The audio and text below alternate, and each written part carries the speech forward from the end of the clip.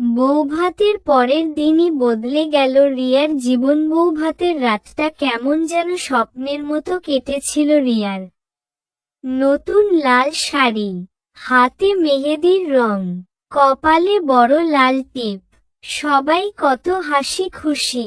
রিয়া মনে মনে ভাবছিল, মানুষটা ভালো হলে সংসারটা নিশ্চয়ই সুন্দর হবে। সোহাগকে দেখে তার খারাপ লাগেনি। শান্ত, কম কথা বলা ছেলে। বিয়ের রাতে সোহাগ আস্তে করে বলেছিল, ভয় পেও না রিয়া, সময় লাগবে, সব ঠিক হয়ে যাবে।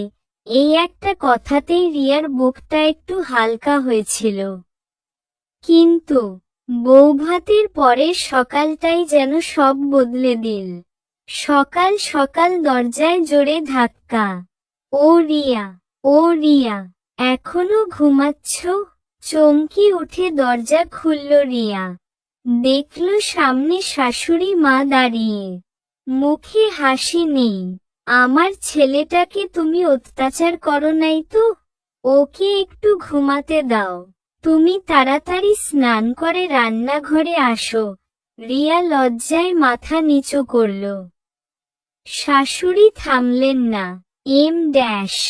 আমার ছেলে কি কি খেতে ভালোবাসে সব শিখিয়ে দেব।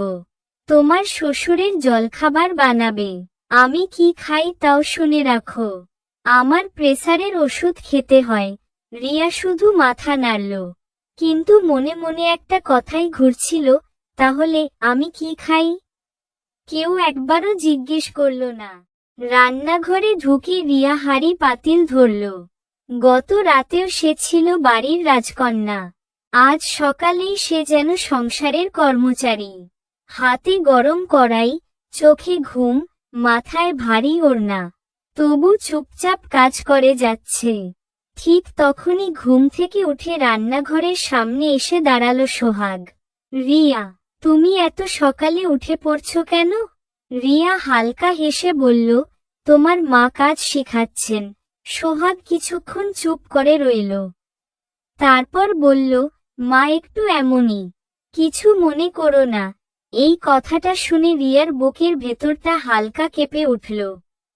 কিছু মনে করো না? এত সহজ?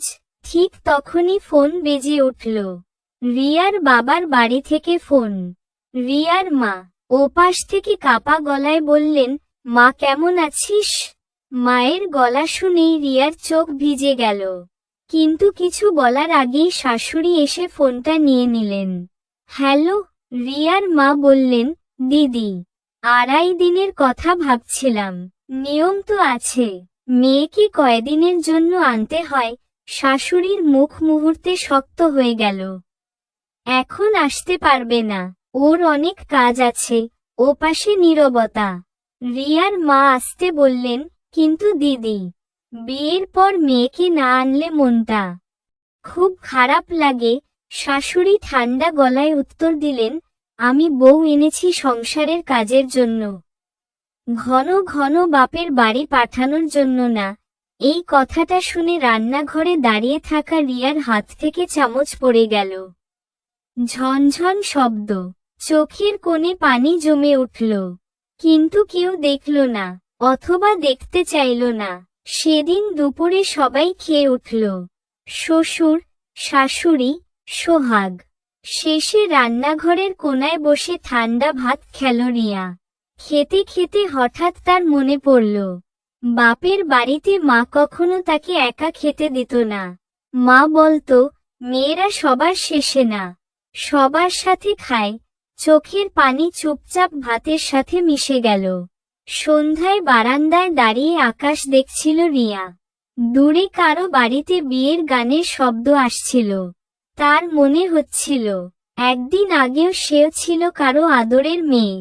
হঠাৎ পিছন থেকে সোহাগ এসে দাঁড়ালো। রিয়া, মন খারাপ? রিয়া অনেকক্ষণ চুপ থেকে বলল, সোহাগ, আমি কি 2.5 দিনে বাড়ি যেতে পারবো না?